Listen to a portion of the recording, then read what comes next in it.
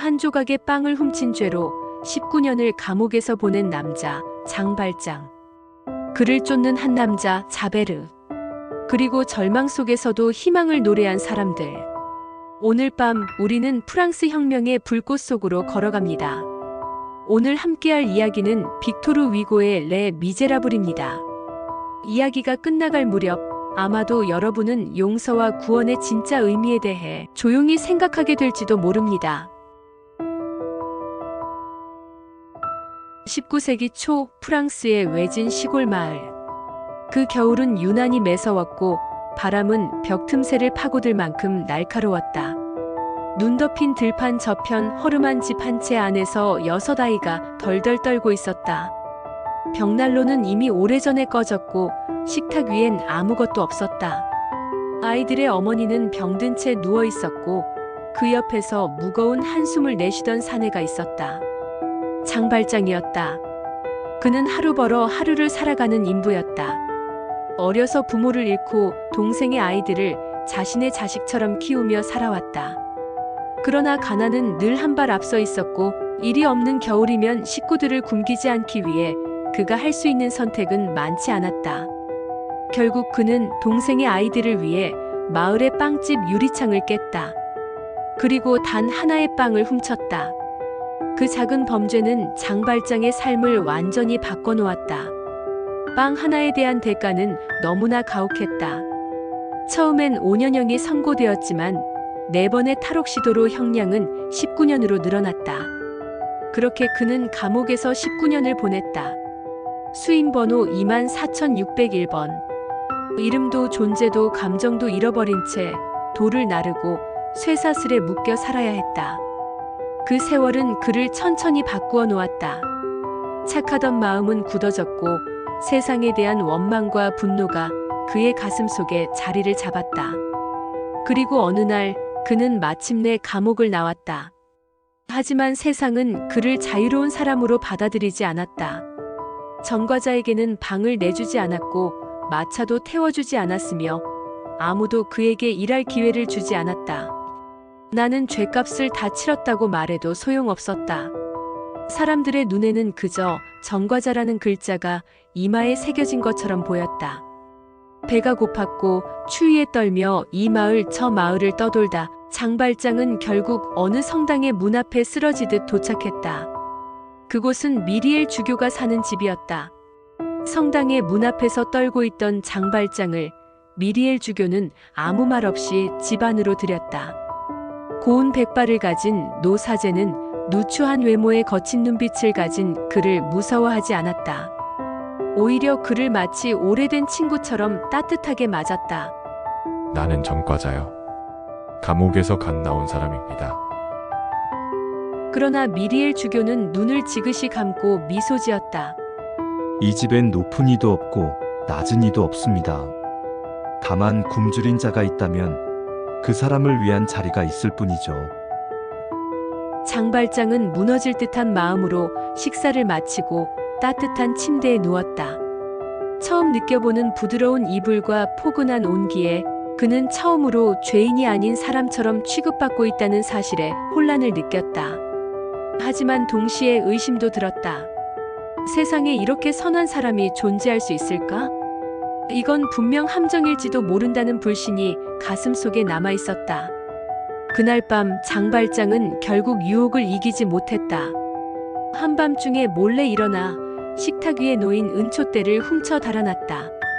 그 은초대는 주교가 오랫동안 써온 귀중한 물건이었고 그 값으로 장발장은 다시 새로운 삶을 시작할 수 있을 거라 생각했다.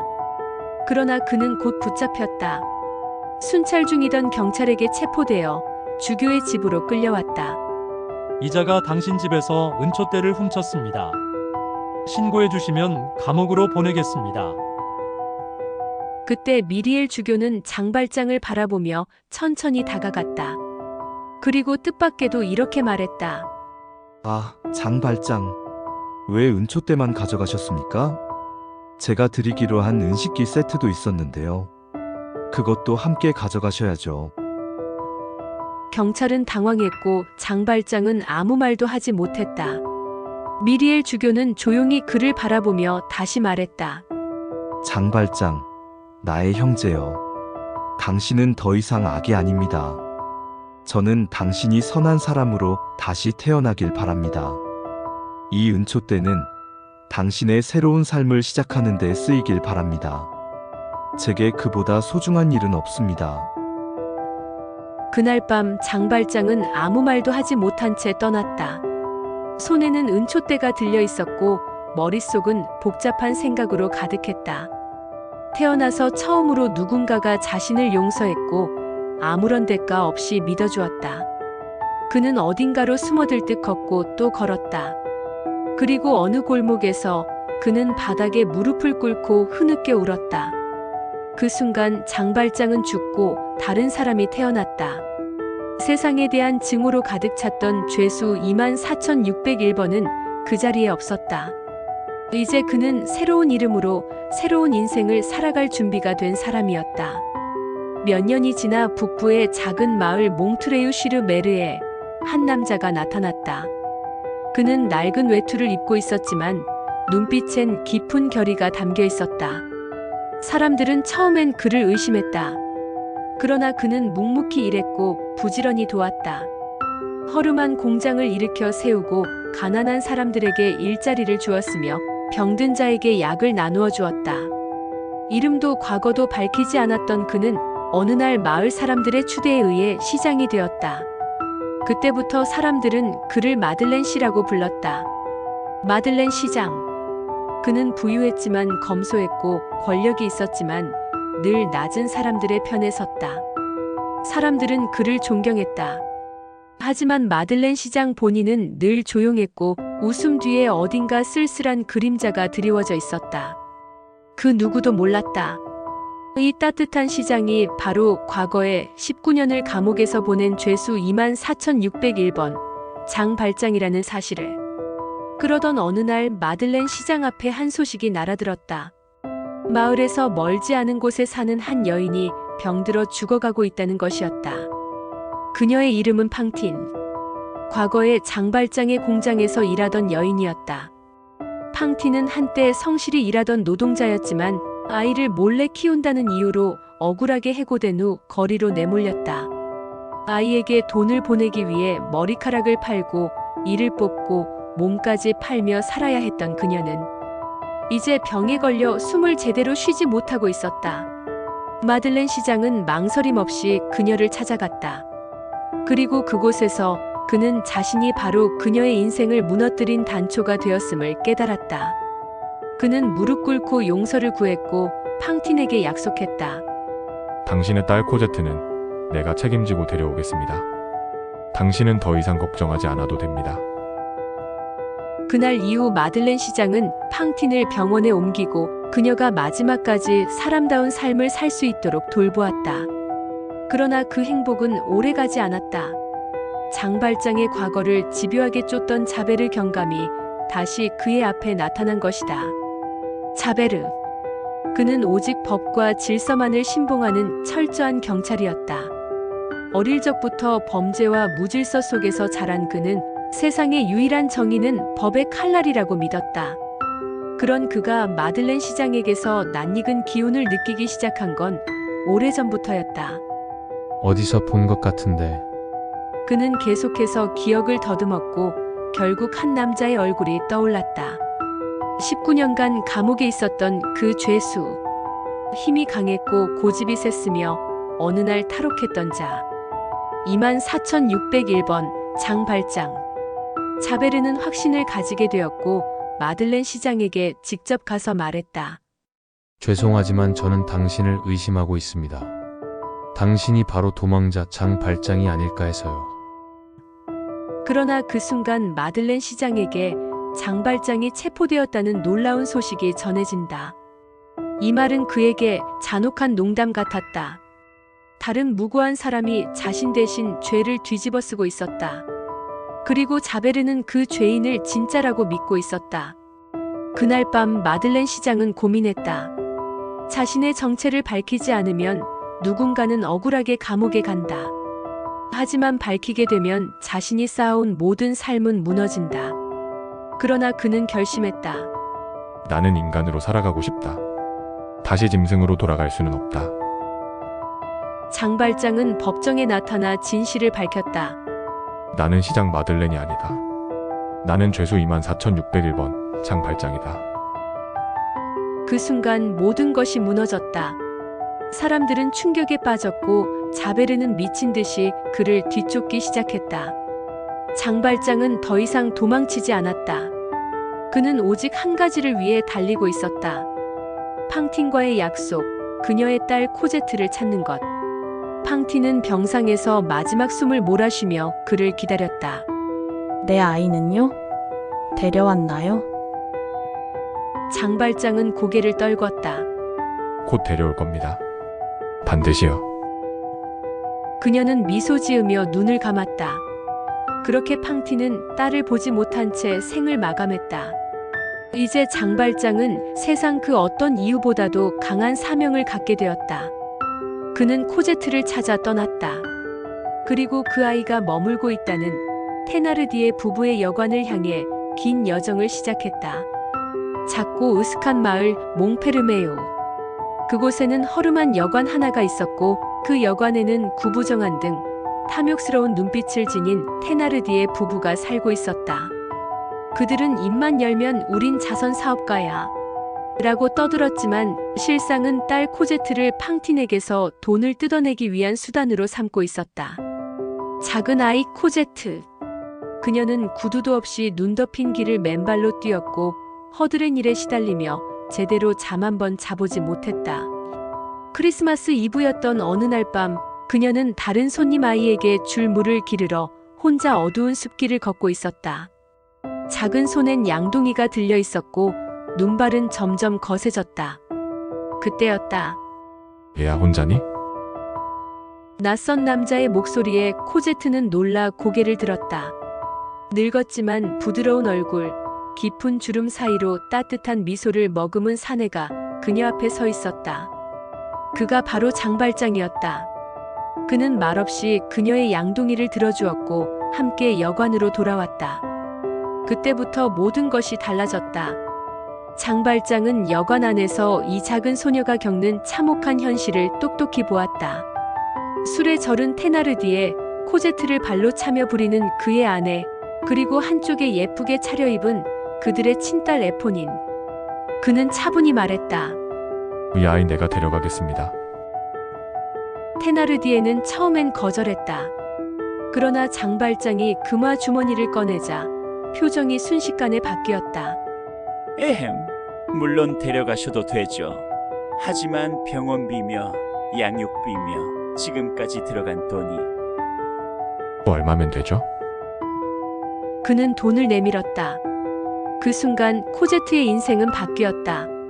장발장은 코제트의 손을 잡고 여관을 나왔다.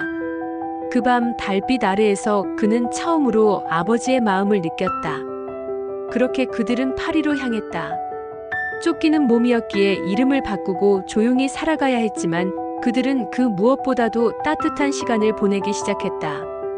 장발장은 다시 살아가는 법을 배웠고 코제트는 처음으로 사랑받는다는 것을 알게 되었다. 세월이 흘렀다. 코제트는 이제 어린 소녀가 아닌 눈빛이 깊고 조용한 아름다움을 지닌 젊은 아가씨로 자라 있었다. 장발장은 여전히 세상과 단절된 살 속에서 코제트와 조용히 살아가고 있었지만 그녀의 마음은 이제 새로운 감정으로 흔들리기 시작했다. 마리우스, 젊고 정의로운 청년. 그는 부유한 집안의 후손이었지만 왕정을 지지하는 조부와 달리 그는 민중과 혁명을 믿었다. 거리에서 우연히 마주친 코제트의 모습은 그의 심장을 한 번에 뒤흔들어 놓았다. 그녀도 마찬가지였다. 파리의 정원에서 스치듯 지나친 단 한 번의 눈맞춤이 두 젊은이의 인생을 바꾸었다. 장발장은 이상한 낌새를 느꼈다. 코제트의 눈빛이 어딘가 먼 곳을 향하고 있었고 혼자 있는 시간이 많아졌다. 그는 불안했다. 사랑이란 건 언제나 이별의 전조처럼 느껴졌기 때문이다. 한편 자베르는 여전히 그들을 추적하고 있었다. 그리고 민중은 들끓고 있었다. 배고픔, 억압, 부패한 권력. 파리는 다시 한번 혁명의 기운으로 물들고 있었다. 마리우스는 거리로 나섰고 친구들과 함께 바리케이드를 쌓았다. 하지만 그 밤 파리에는 총성이 울리고 피가 흘렀다. 마리우스는 부상을 입고 쓰러졌고 그 소식을 들은 장발장은 망설이지 않았다. 코제트를 위해, 그녀가 사랑하는 사람을 위해 그는 불 속으로, 총알 속으로 걸어 들어갔다. 장발장, 그는 총알이 빗발치는 바리케이드로 걸어 들어갔다. 모두가 포기한 그 순간 그는 자신이 누구인지도 숨긴 채 민중편에 선 한 남자로 나타났다. 마리우스는 중상을 입고 의식을 잃은 상태였다. 장발장은 피투성이가 된 그를 업고 고요한 지하 하수도로 몸을 던졌다.